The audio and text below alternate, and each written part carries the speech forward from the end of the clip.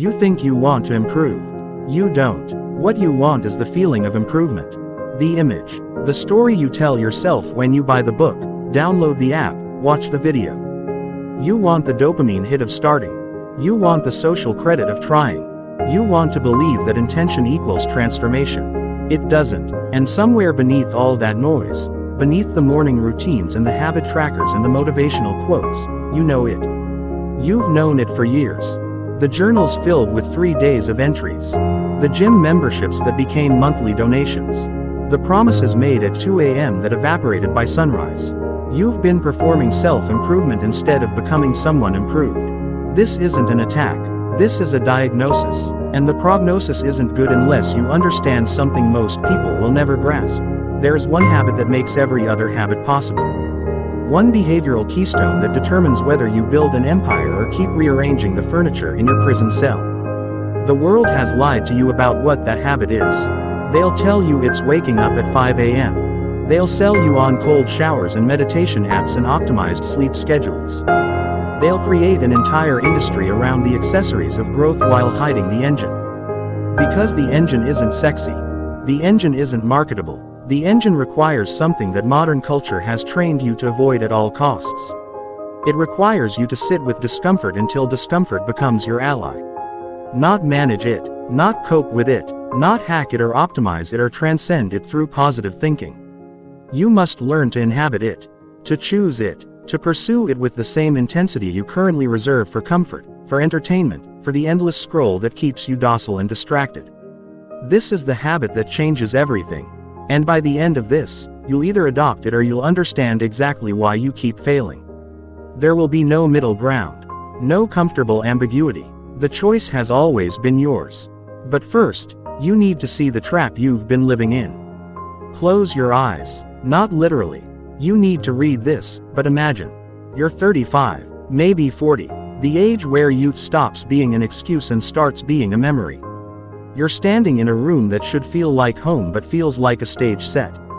The furniture is right. The lighting is soft. There's a device in your hand that connects you to everything and satisfies nothing.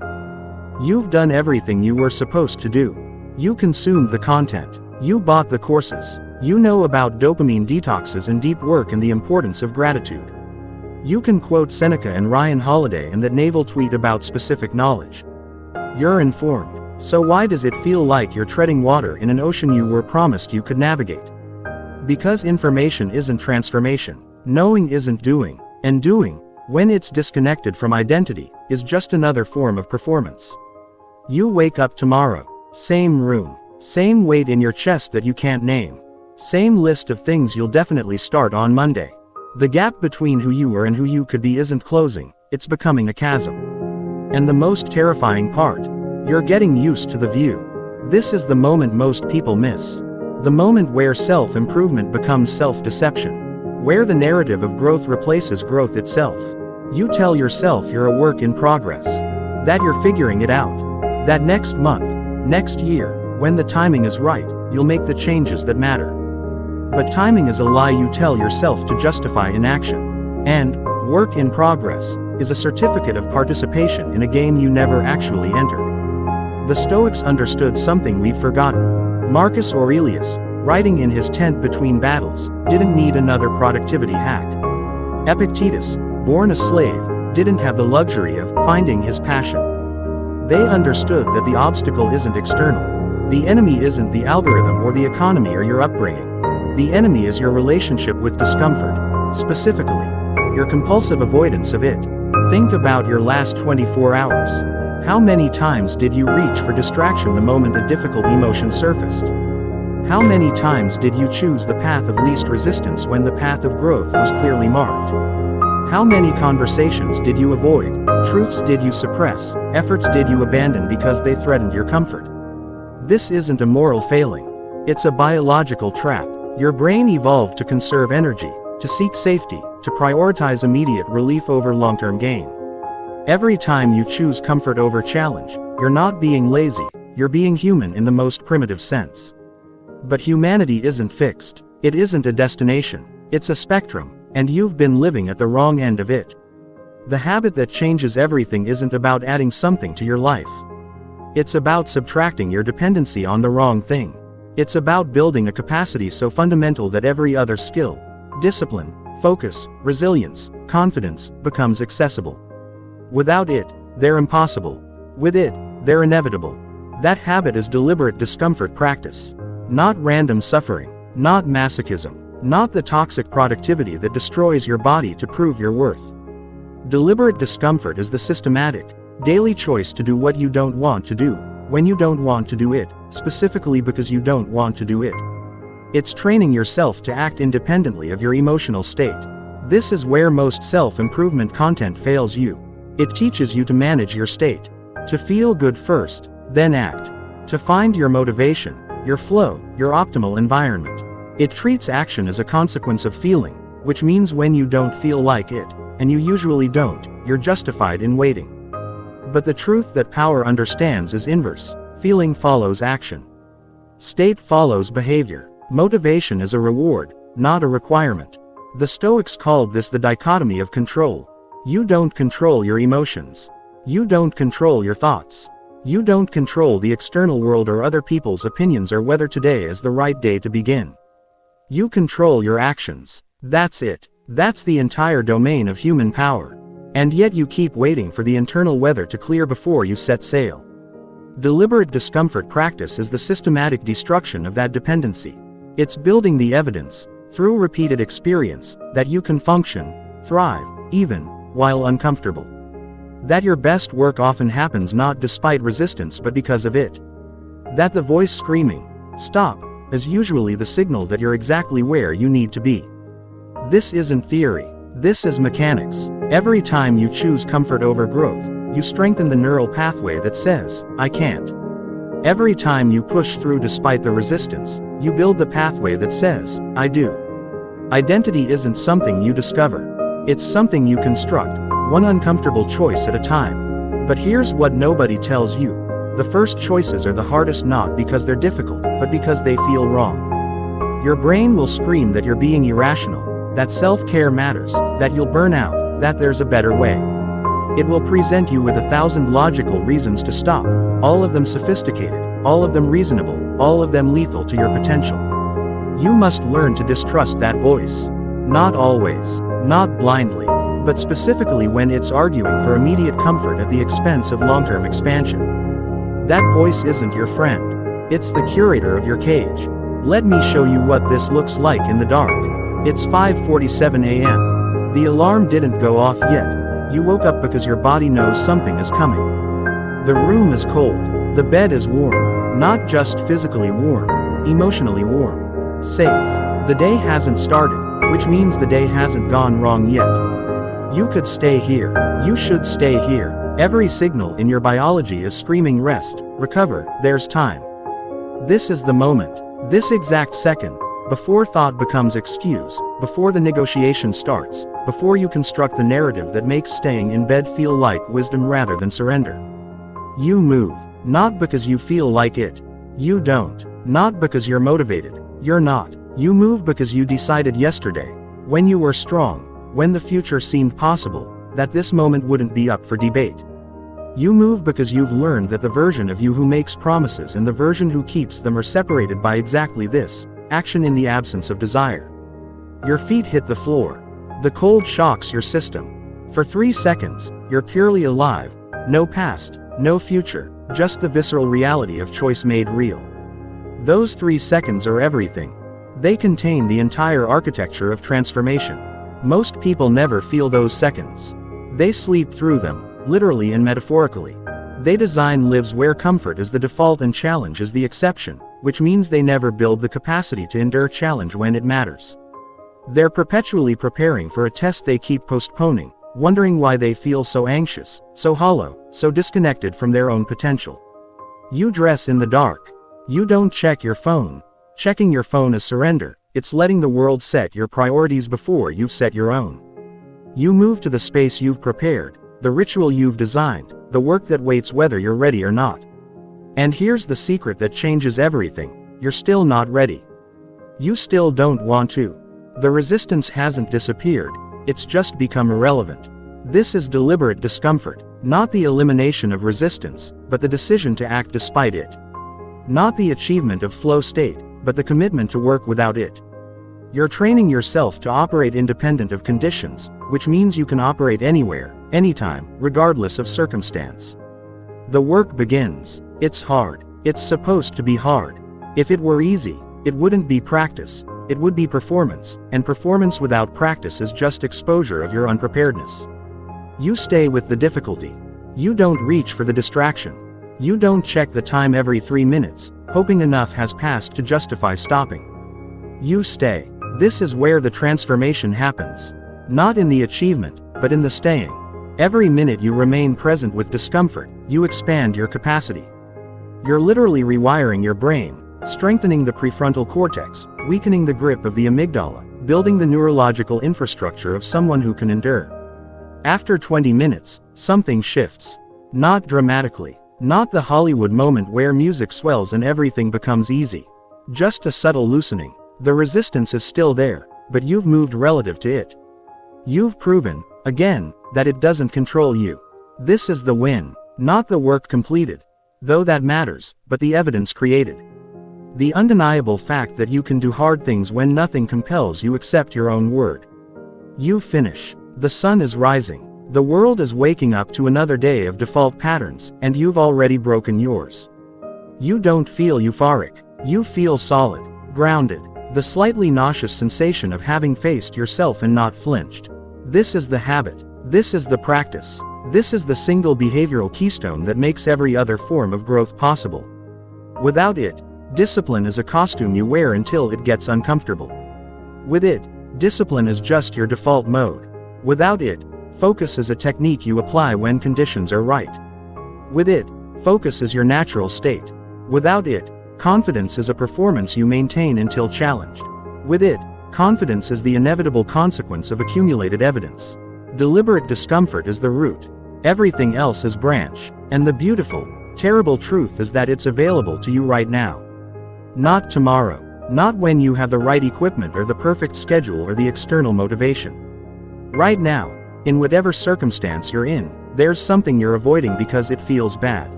That feeling isn't a stop sign. It's an arrow pointing directly at your growth. Most people spend their lives running from that arrow. You have a choice, in this moment, to start following it. But you won't. Not yet. Because there's a wall between knowing and doing, and that wall has a name: identity foreclosure. You've decided who you are. Not consciously, not explicitly, but through 1,000 small surrenders. You're the person who tries hard but has bad luck. You're the person who's really smart but struggles with follow through. You're the person who cares too much, or thinks too much, or needs the right conditions to thrive. These aren't observations. They're permissions. Stories that explain your limitations so you don't have to test them. And the most insidious part, they feel like self-awareness. They feel like honesty. They're not. They're contracts you've signed with your own mediocrity. The Stoics would call this mistaking your impressions for reality. You have a thought, I'm not a morning person, and instead of treating it as a hypothesis to be tested, you treat it as a fact to be honored. You build your life around it. You tell other people about it. You use it to excuse behavior you know is beneath your potential. I would, but that's just not who I am. Who you are is the last line of defense against who you could become. It's the fortress built from every time you chose safety over challenge, comfort over growth, the known pain over the unknown possibility. Deliberate discomfort practice is the siege engine against that fortress. It's not interested in your story. It's not impressed by your history. It only cares about what you do when you don't want to do it, today, right now. Let me show you the architecture of this practice. Not the theory, the mechanics. Because understanding without application is just another form of avoidance, and you've had enough of that. First, you must identify your specific discomforts. Not generic ones. Not, I should exercise more, or, I should read more. Those are categories, not practices. You need the specific, visceral reality of what you avoid. Is it the first 5 minutes of cold water in the shower? The blank page when you sit to write? The silence when you put down your phone and realize how empty your own mind feels? The conversation you need to have that will disappoint someone? The work that requires focus when your brain is screaming for stimulation. Find it. Name it. This is your training ground. Second, you schedule it. Not when I feel like it. Not when I have time. Deliberate discomfort is calendar first, motivation never. You decide in advance when you will face what you don't want to face, and you remove the decision from the moment of action. Why? Because the moment of action is corrupted. Your brain, in that moment, is not your ally. It's a defense attorney for your current self, arguing passionately against any change that threatens its comfort. You cannot negotiate with that attorney. You can only overrule them with a decision made when you were stronger. Third, you make it non-negotiable. This is where most people fail. They treat their discomfort practice as important but not urgent, as a priority that can be rescheduled, as a commitment that admits exceptions. Every exception weakens the neural pathway you're trying to build. Every, just this once, teaches your brain that your word is flexible, that resistance wins if it's persistent enough, that you can be bargained with. You cannot be bargained with.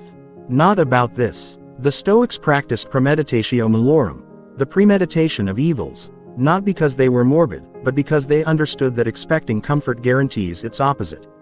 By regularly experiencing small discomforts, they inoculated themselves against the large ones. They built resilience like a muscle, through progressive overload, through consistent challenge. Your discomfort practice is your premeditation. It's your daily proof that you can survive what you fear. And survival isn't the goal, it's the baseline. The goal is to thrive in conditions that break others. Fourth, you track evidence, not feelings. How did you feel during the practice? Irrelevant. How you feel is weather. It changes. It lies. It responds to sleep and sugar and random neurochemical fluctuations that have nothing to do with your capacity. What did you do? That's climate. That's the accumulated record of who you're becoming. Track the action. Count the reps. Build the evidence that your identity is shifting, not through affirmations, but through undeniable proof. Fifth, you escalate. What was uncomfortable last month should be comfortable this month.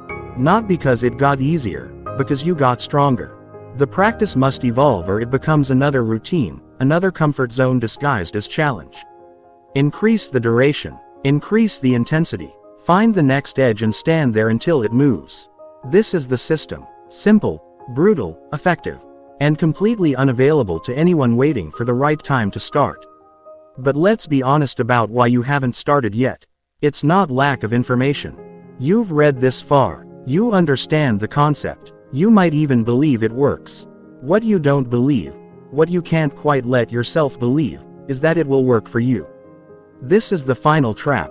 The belief that you're different, that your resistance is stronger, that your circumstances are unique, that you've tried before and failed and this time won't be different. It's the sophisticated self-protection that uses past evidence to prevent future risk. I know myself. I'll start strong and quit like I always do. Yes, you will, unless you change the variable that matters. Previous attempts failed because they relied on motivation, on feeling, on the hope that this time would be different. Deliberate discomfort practice doesn't require hope. It requires decision. It doesn't require belief. It requires action. You don't have to believe you can change.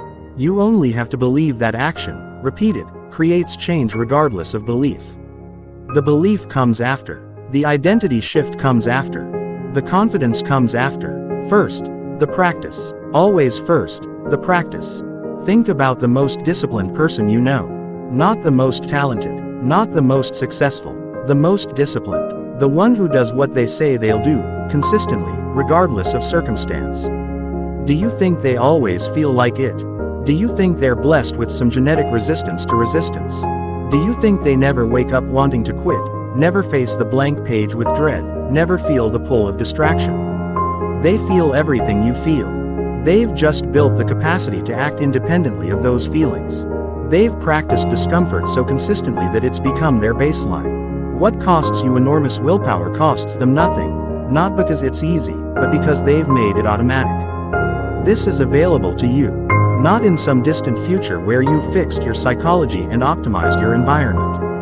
Right now, today, the question isn't whether you can. The question is whether you will. And here's the uncomfortable truth that this entire framework is designed to deliver. You already know the answer. You've known it since you started reading. You can feel it in your chest, the tension between the part of you that wants to believe and the part of you that knows your history. That tension is your practice ground. That specific discomfort, facing your own potential for failure, sitting with the possibility that this is just another piece of content you'll consume and forget, is where you start. Not with a new routine. Not with a purchase or a download or a subscription. With this moment. With the decision to keep reading when you want to scroll away. To keep listening when you want to distract yourself. To stay present with the discomfort of being seen, being challenged, being asked to become more than you are. This is the habit. It starts here. It starts now. It starts with the next choice you make, which will be the first piece of evidence for who you're becoming. Or the latest confirmation of who you've been. Let's examine the competition. Because you're not choosing between deliberate discomfort and nothing. You're choosing between deliberate discomfort and 1,000 other habits that promise transformation without the price. Morning routines, optimization protocols, biohacking stacks, productivity systems that require more maintenance than the work they're supposed to facilitate. The self-improvement industry has perfected the art of selling you the feeling of progress while preventing the reality of it. Consider the 5 a.m. club. Waking early is powerful. Not because the morning has magic, but because it forces you to face discomfort. But most people miss this. They focus on the time, not the practice. They set alarms and hit snooze and feel guilty and try again next Monday, never realizing that the alarm is just a tool. The discomfort is the point. Or take journaling. Valuable, certainly, a practice of reflection and clarification.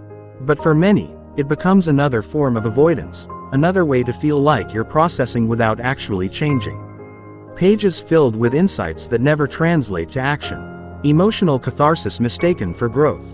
Reading, the ultimate respectable avoidance. Consuming ideas about action instead of acting. Building a library of theoretical knowledge that insulates you from the risk of practical application. You know the type. Well-read, well-spoken, completely static. They've studied every map but never left the harbor. Exercise. Perhaps the closest cousin to deliberate discomfort practice. Physical challenge, physical growth. But even here, the trap waits. The person who exercises for the endorphin hit, for the body transformation, for the social media post. They're training their body but not their will. They're experiencing discomfort but not practicing it. The moment the external reward disappears, so does the habit. None of these are bad. All of them can be integrated into a life of growth. But none of them are the root. None of them train the fundamental capacity that makes everything else sustainable.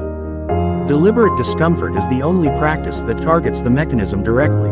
It's not about what you do. It's about how you relate to the resistance that meets you when you do it.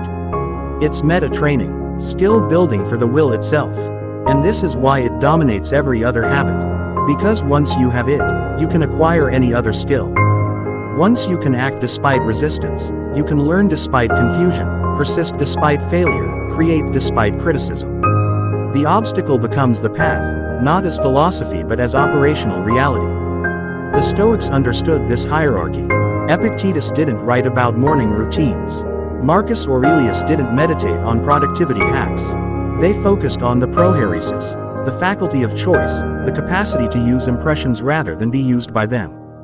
This is deliberate discomfort at the philosophical level, the training of the will to align with reason rather than impulse. Modern psychology confirms what they intuited.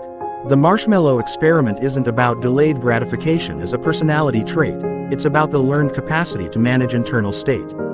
The children who waited didn't have better genetics, they had better strategies for handling discomfort. They found ways to occupy themselves, to reframe the situation, to make the waiting bearable. Deliberate discomfort practice is the systematic development of those strategies. It's building the internal architecture that makes waiting possible, that makes persistence inevitable, that transforms I should into I do. Without this architecture, every other habit is built on sand. You can wake up at 5 a.m. until the first hard week. You can journal until the first painful truth. You can read until the first book that challenges your worldview. And then you'll stop, because you haven't trained the capacity to continue when continuing hurts.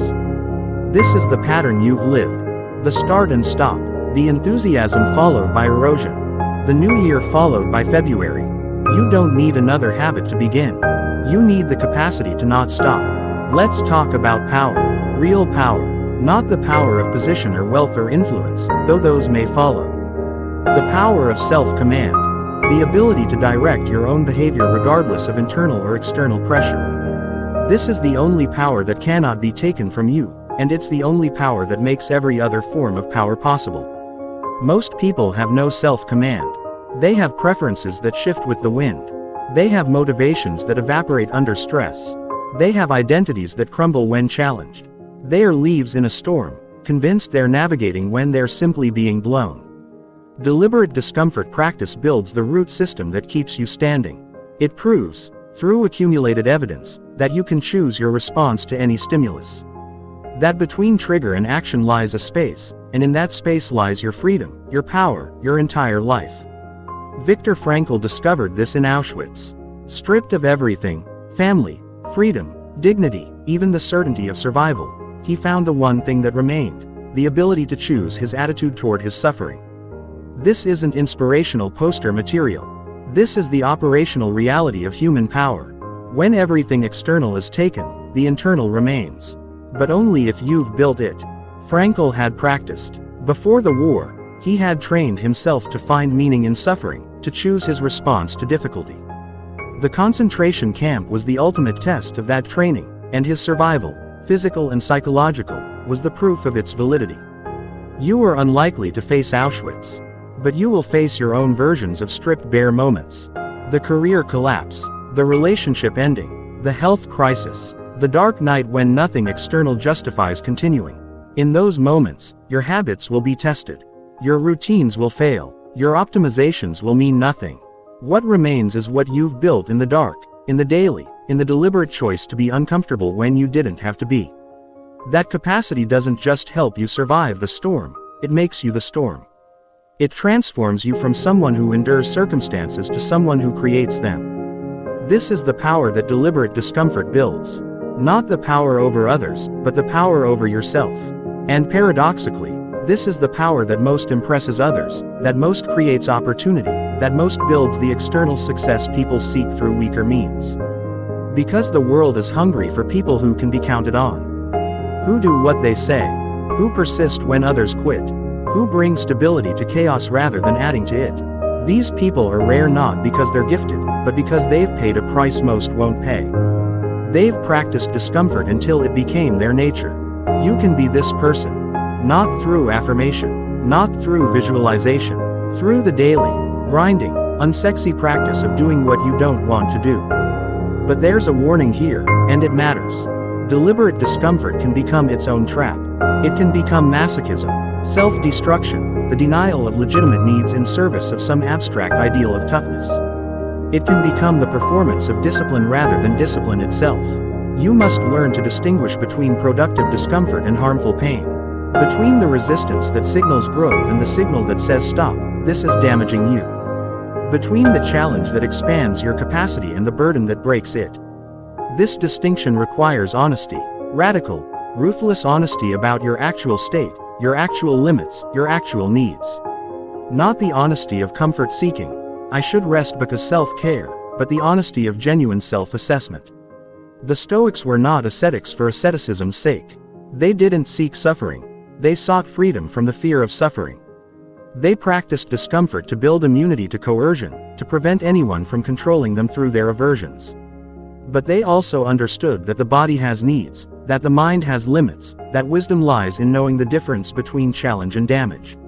Your practice must include this wisdom.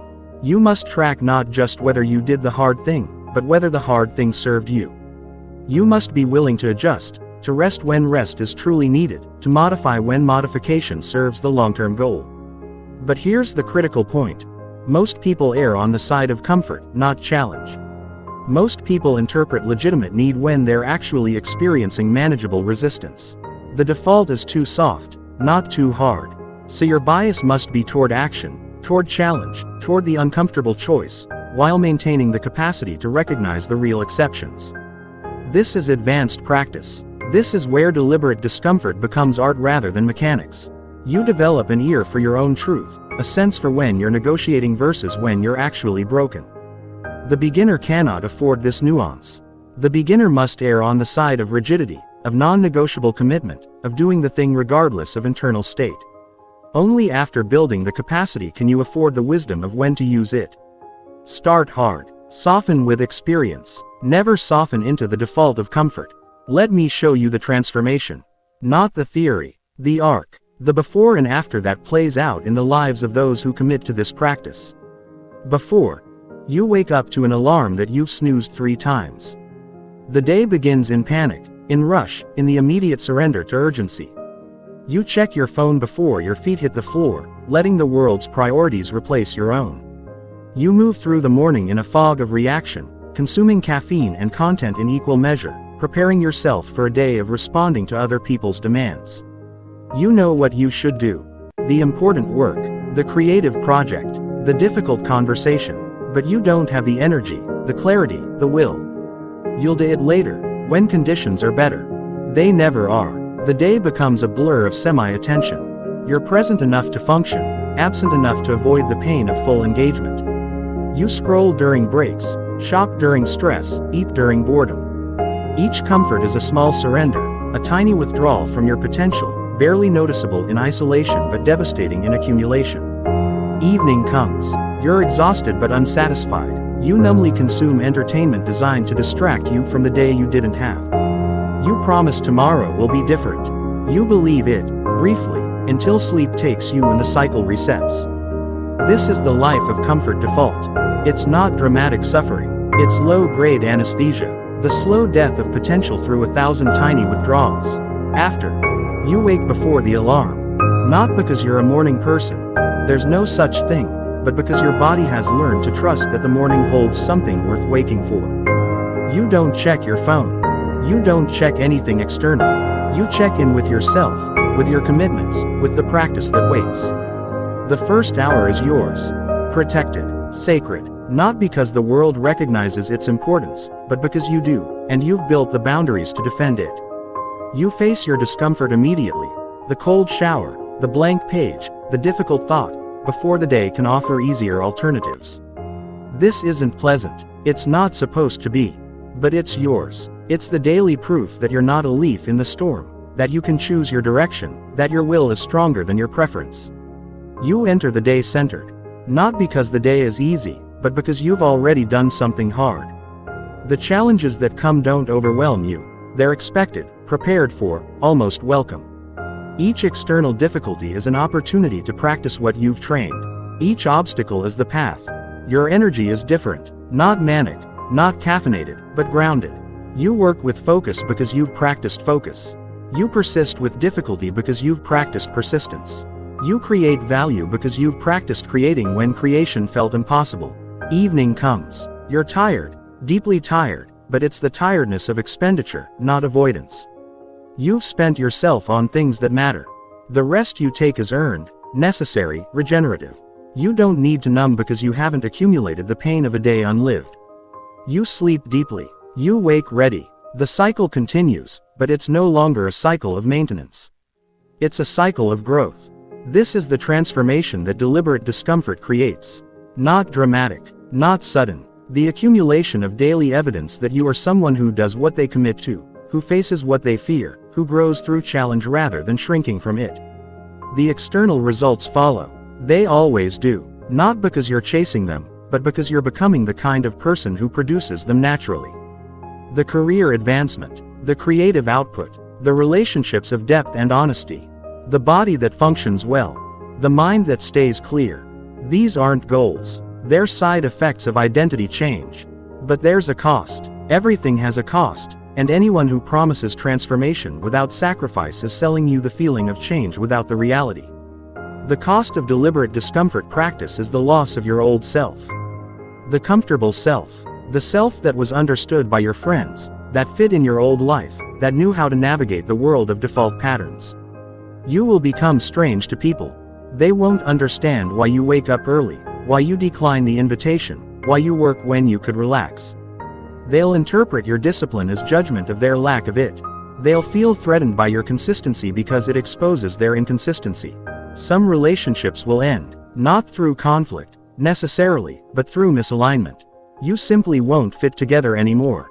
The activities that once bonded you, complaining, consuming, avoiding, will no longer interest you. The connection will dissolve from disuse.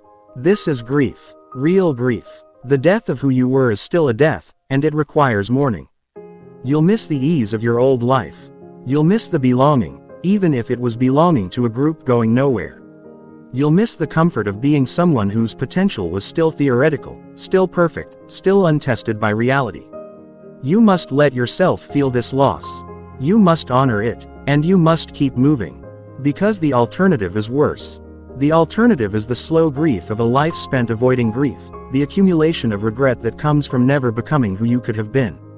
That grief doesn't end. It doesn't resolve. It waits for you at the end, when time has run out and all that's left is the accounting of choices made and unmade. Deliberate discomfort practice accelerates the necessary grief so you can move through it. It forces the confrontation with loss early, while you still have time to build what comes after. It trades the chronic pain of stagnation for the acute pain of growth. This is the bargain. This is always the bargain. And only you can decide if it's worth it. Let's return to the mechanics.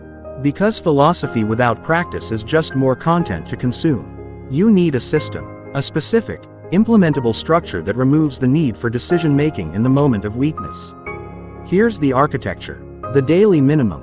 One action, non-negotiable, that you commit to regardless of circumstance. This isn't your ideal practice. This isn't what you do on good days. This is what you do when you're sick, when you're traveling, when you're exhausted, when you hate everything about the commitment.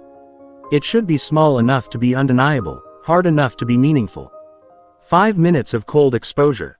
10 minutes of focused work on your most important project. One difficult conversation you've been avoiding. The daily minimum builds the identity of someone who doesn't miss. Not through intensity, but through consistency. It's better to do 5 minutes every day than an hour 3 times a week. The daily rhythm matters more than the daily volume. The weekly challenge. Once per week, escalate. Do something that genuinely scares you. Something that might fail. Something that exposes you to judgment, to discomfort, to the possibility of real loss. This keeps the practice from becoming routine. It prevents the comfort of competence from replacing the challenge of growth. It builds the capacity for courage, which can only be developed through action in the face of fear. The monthly review. Not feelings, evidence. What did you do? What did you avoid? Where did you negotiate? Where did you stay true? Track the data, count the reps, build the record of who you're becoming, visible and undeniable. Use this to adjust, to escalate, to identify the patterns of avoidance that are trying to sneak back into your life. The annual deep practice. Once per year, commit to something that will transform you. A period of intense challenge, physical, creative, professional, that will break down your current self and force the construction of a new one. This is the Phoenix cycle, the deliberate death and rebirth that prevents the slow ossification of identity. It's uncomfortable by design. It's supposed to change you so fundamentally that you can't go back. This is the system, simple, structured, sustainable. But only if you commit. Only if you treat it as non-negotiable. Only if you accept that your feelings about it are irrelevant to its execution. I need to tell you something about failure.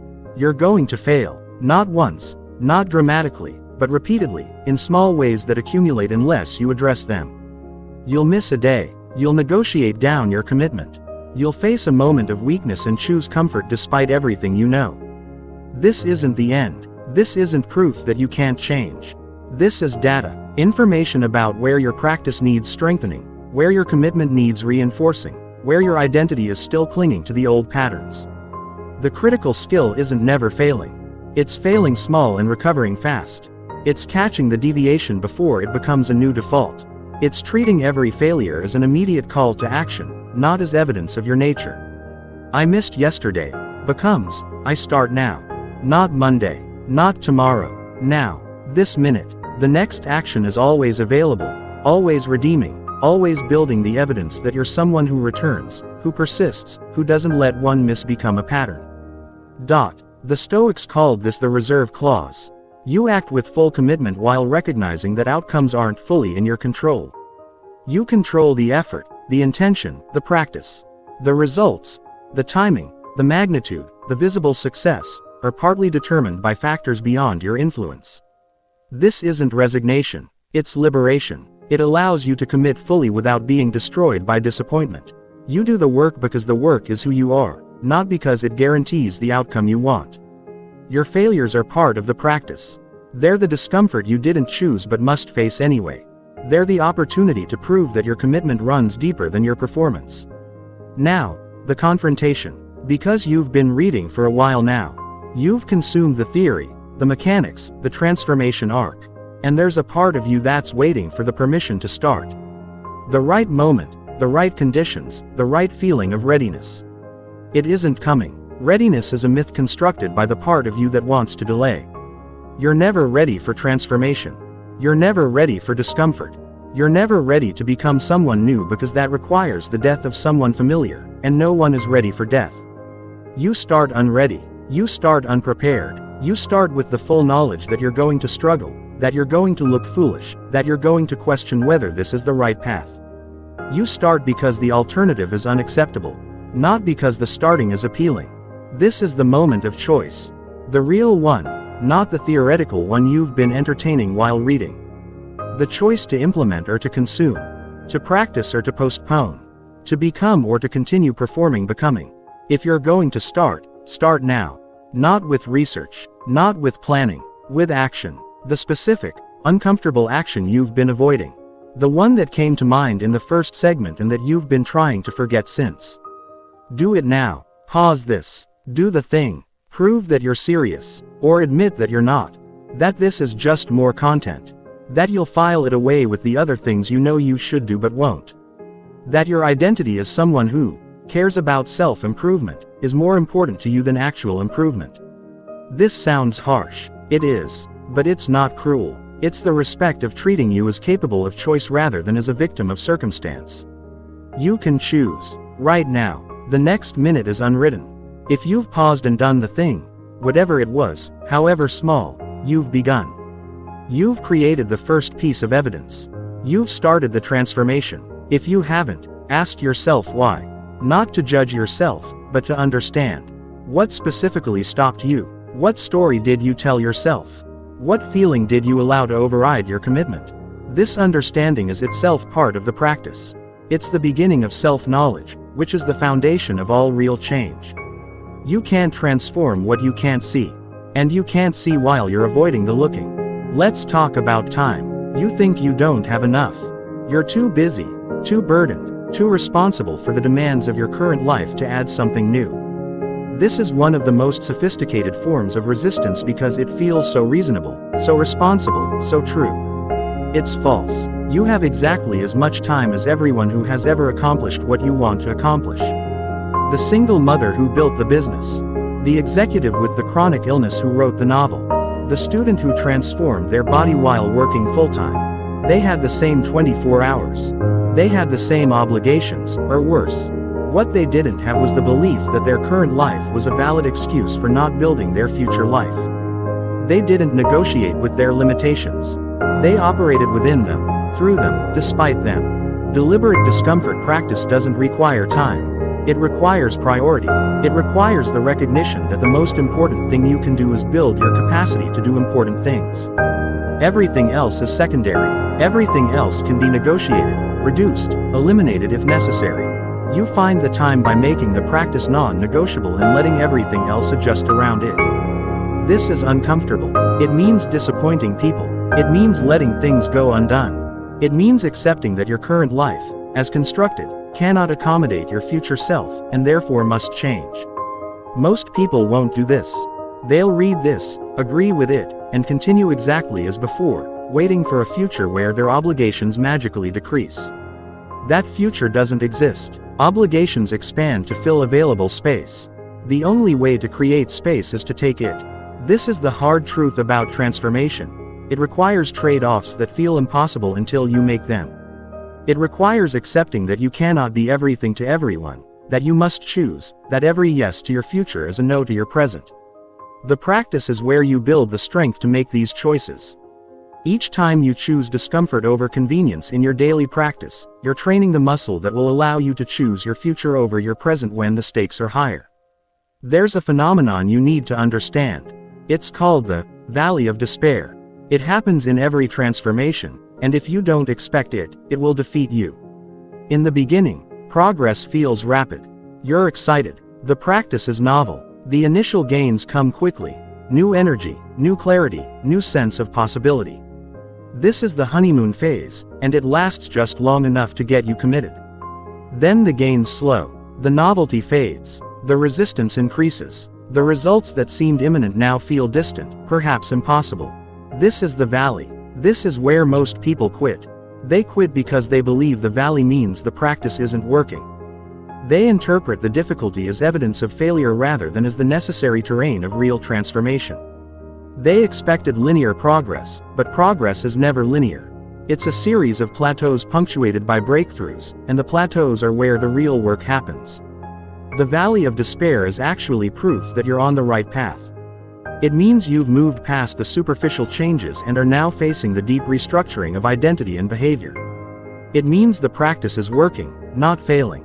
Your job in the valley is simple: persist. Not with the enthusiasm of the beginning, but with the grim determination of someone who understands that this is the test.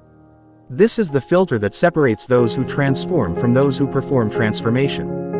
The Stoics would remind you that the obstacle is the way. The valley isn't blocking your path, it is your path. The difficulty isn't preventing your growth, it is your growth. You don't need to feel good about it. You just need to keep walking. And if you do, if you persist through the valley, you'll find something unexpected on the other side.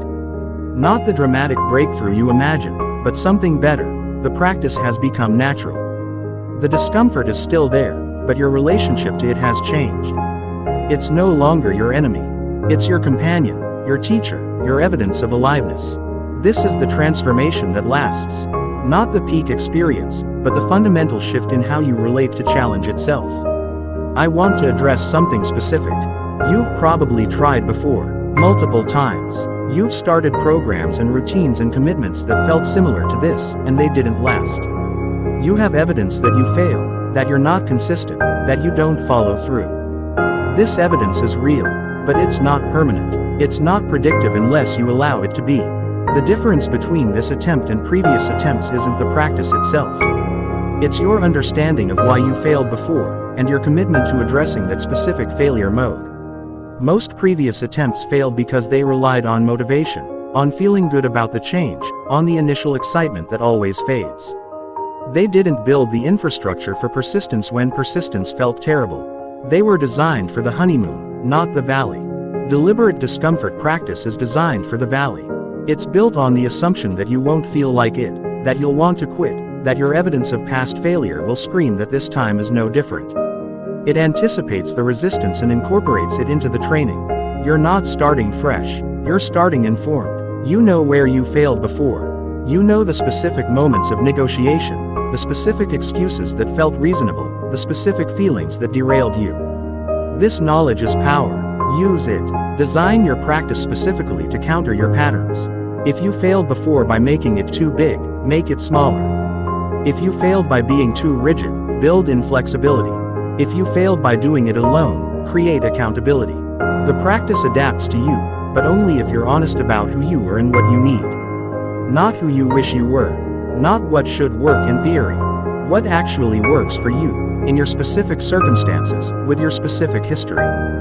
This is the final sophistication of deliberate discomfort. It's not a rigid protocol. It's a principle applied with intelligence. The principle is constant. Do what you don't want to do. The application is variable. What specifically, when specifically, how specifically. You are the architect, but you must build. You can't stay in the planning phase, optimizing the perfect system. The perfect system is the one you actually do. Let's examine the end state. Not to fantasize, but to clarify the direction. To understand what you're building towards so you can recognize it when you arrive, and so you can endure the building process with the knowledge that it leads somewhere. The person who has practiced deliberate discomfort for years is not recognizable as the person who began. Not because their circumstances have necessarily changed, though they likely have, but because their relationship to circumstance has transformed entirely. They don't seek comfort because they don't need it. Not in the way others do. They've built the capacity to be at peace in difficulty, which means they're free to pursue what matters rather than what soothes. Their life is organized around meaning rather than relief. They don't fear failure because they've failed so many times in practice that failure has lost its power.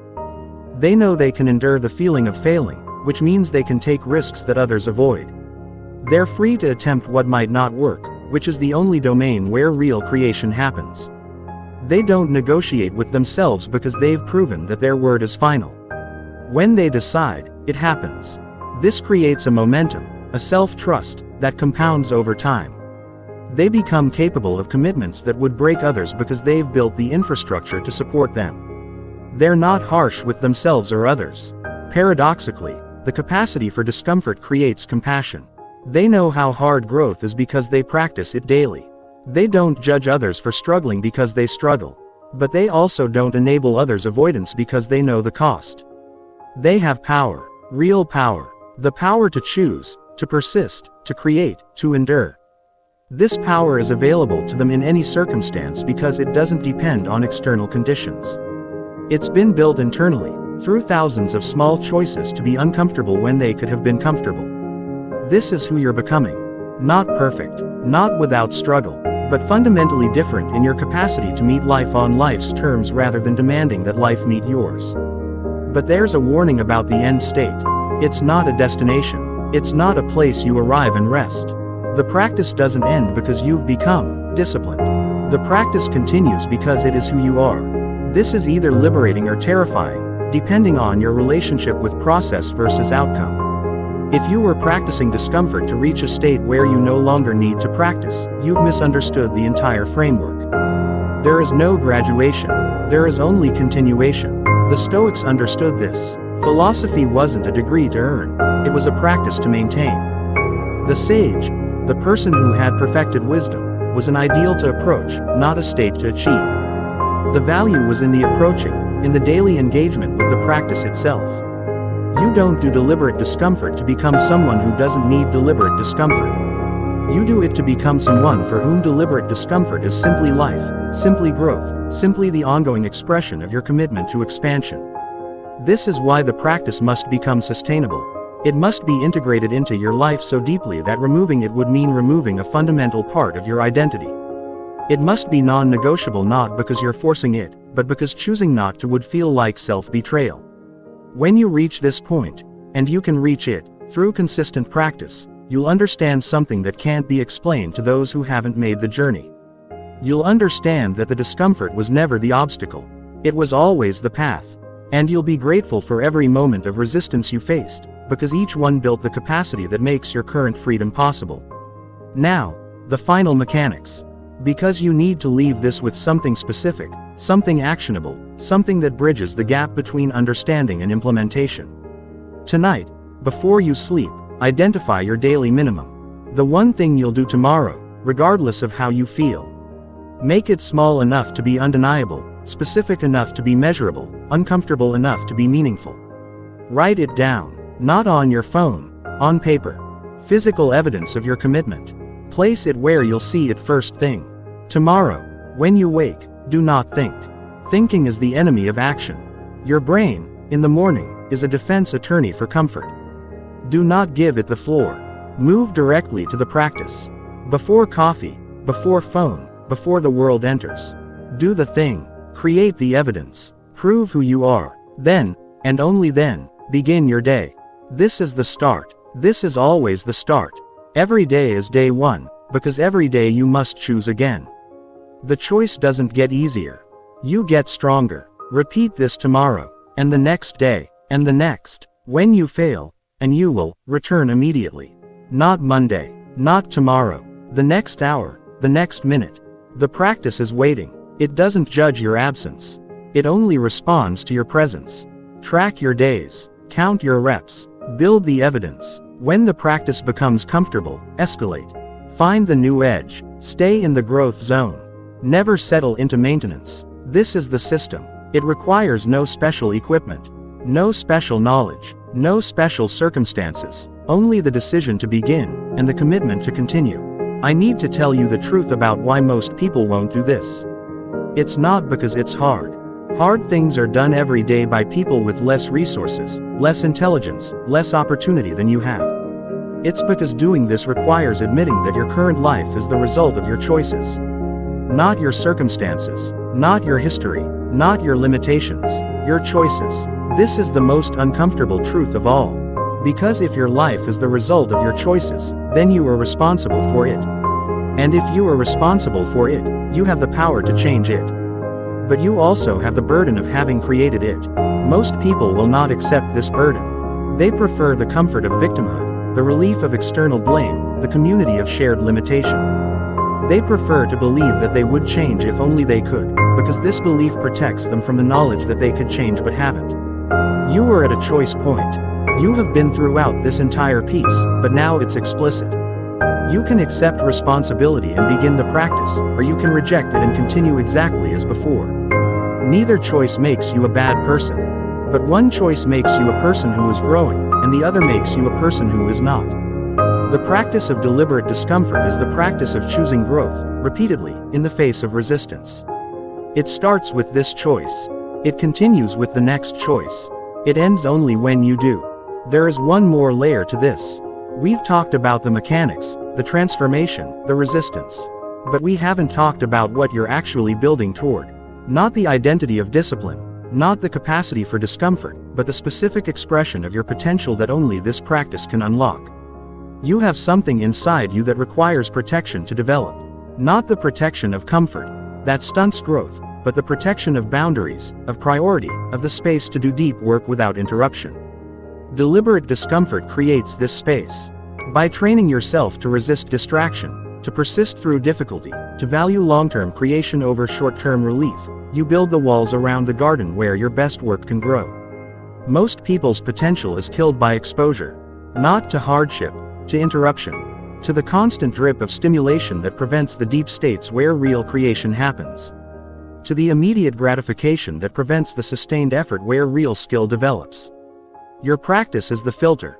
It's the barrier that separates the shallow from the deep, the immediate from the important, the reactive from the creative. Every time you choose discomfort over distraction, you're strengthening this filter, making it harder for the trivial to enter, easier for the essential to receive your full attention. What is the essential? That's for you to discover. But you won't discover it while you're protecting your comfort. You'll only discover it in the space that discomfort creates, the space where you have to face yourself, your actual thoughts, your actual desires, stripped of the anesthesia of distraction. This is the final gift of the practice, clarity. The clarity to know what actually matters to you, separate from what you've been told should matter, separate from what distracts you from the fear of not knowing. In the silence that discomfort creates, you hear your own voice. Not the voice of the culture, not the voice of your upbringing, not the voice of your fear. Your voice, your direction, your specific mission that only you can fulfill. This is what you're protecting. This is what you're building. Not discipline for discipline's sake, but discipline in service of your specific potential. The capacity to do what you don't want to do so that you can eventually do what only you can do. But let's be precise about the danger. Because this practice, like any powerful tool, can be misused. It can become rigidity, obsession, the denial of legitimate need in service of an abstract ideal. It can become the very prison it was meant to free you from. You must maintain the capacity to question the practice itself. Not to avoid it, not to negotiate with it, but to ensure it's serving your actual growth rather than your performance of growth. Are you practicing discomfort to become more free, or to feel superior to those who don't? Are you building discipline to create what matters, or to avoid the uncertainty of not knowing what matters? Are you persisting through difficulty because the difficulty leads somewhere, or because you've forgotten how to stop? These questions don't have comfortable answers. They require the same honesty that the practice itself develops. They require you to sit with the discomfort of not knowing, of potentially being wrong, of having to adjust your course. The practice that can't be questioned becomes dogma. The discipline that can't be relaxed becomes rigidity. The growth that can't accommodate rest becomes destruction. Maintain the tension. Hold both. The absolute commitment to the practice, and the absolute willingness to change the practice if it stops serving your growth. This is the advanced level. This is the wisdom that comes after the initial discipline is established. I want to leave you with an image. It's early morning. The world is quiet. You're alone with your practice, whatever it is. The resistance is there, it always is, but you've learned to move with it, to use it as fuel, to let it signal that you're exactly where you need to be. You finish, not because you reached some external goal, but because you completed what you committed to. You created the evidence, again, that you are someone who does what they say. You step into the day different. Not dramatically, not visibly, but fundamentally. You carry with you the knowledge that you've already faced yourself and won. Whatever the day brings, you've prepared for it. Whatever difficulty arises, you've practiced for it. This is the life of deliberate discomfort. Not heroic, not dramatic, just real, just present, just fully engaged with the challenge of being human in a world that makes it easy to be less than human. You can have this, starting now, starting today. The practice is waiting. The transformation is available. The only question is whether you'll choose it, or whether you'll close this, scroll to the next thing, and continue the slow erosion of your potential into the comfort of your distraction. The choice is yours. It has always been yours. One final consideration. We've focused on the individual, your practice, your transformation, your power. But deliberate discomfort has implications beyond the self. It changes how you relate to others, to society, to the world that desperately needs people who can act from strength rather than react from fear. When you build the capacity for discomfort, you become a source of stability in instability. While others panic, you persist. While others seek immediate relief, you maintain long-term vision. While others are blown by the winds of circumstance, you remain rooted in your practice. This isn't about being a hero. It's about being useful. The world doesn't need more people seeking comfort. It needs people who can endure the difficulty of real problem solving, real creation, real leadership. It needs people who have trained themselves to act despite fear, to persist despite resistance, to build despite uncertainty. Your practice serves others, not directly, not immediately, but through the person you become. The parent who can stay calm in crisis. The leader who can make hard decisions. The creator who can finish the work. The citizen who can face uncomfortable truths. This is the social dimension of deliberate discomfort. It's not selfish, despite appearances. It's the foundation of contribution. You cannot give what you do not have. You cannot lead where you will not go. You cannot create stability if you are yourself unstable. Build your capacity not just for yourself, but for what becomes possible when you have it. The relationships you can sustain. The work you can complete. The impact you can have. All of it depends on your ability to function under pressure, to create under constraint, to persist under doubt. This is the final level of the practice. When it's no longer about you, your improvement, your success, your identity, but about what you can offer because of who you've become. When the discomfort is worth it not because it builds you, but because it builds your capacity to serve, to create, to protect what matters. But remember this, above all. The practice is simple, deceptively simple. So simple that you'll be tempted to complicate it, to add layers, to optimize, to research more before beginning. Resist this temptation. The core remains. Do what you don't want to do, because you don't want to do it, specifically to build the capacity to do what matters regardless of how you feel. Everything else is elaboration. Helpful elaboration, perhaps, but elaboration that can become avoidance if it prevents the doing. You know enough. You've known enough since the beginning. The only question is whether you'll act on what you know. The Stoics would tell you that the obstacle is the way. That the thing you fear contains the growth you seek. That the resistance you feel is the signal that you're facing the right direction. They would tell you to begin.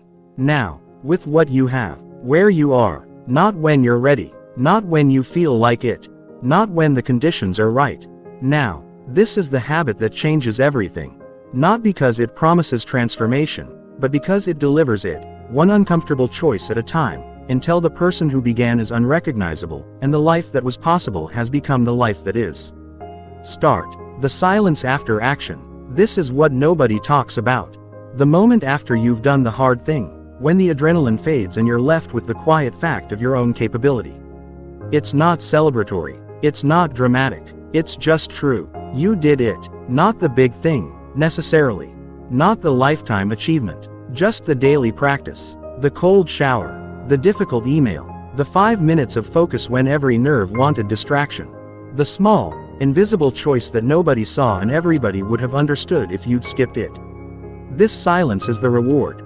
Not applause, not results, just the absence of the internal negotiation that used to consume your energy. The quiet confidence of someone who doesn't need to prove anything because they've already proven it to themselves. This is what you're building toward. Not the peak experiences, but the baseline shift. The day when doing what you don't want to do is just who you are, not a struggle to overcome. But that day is far, and the path is now. So begin. You are not stuck. You are not broken. You are not a victim of your circumstances or your history or your chemistry. You are someone who has, until now, chosen comfort over growth.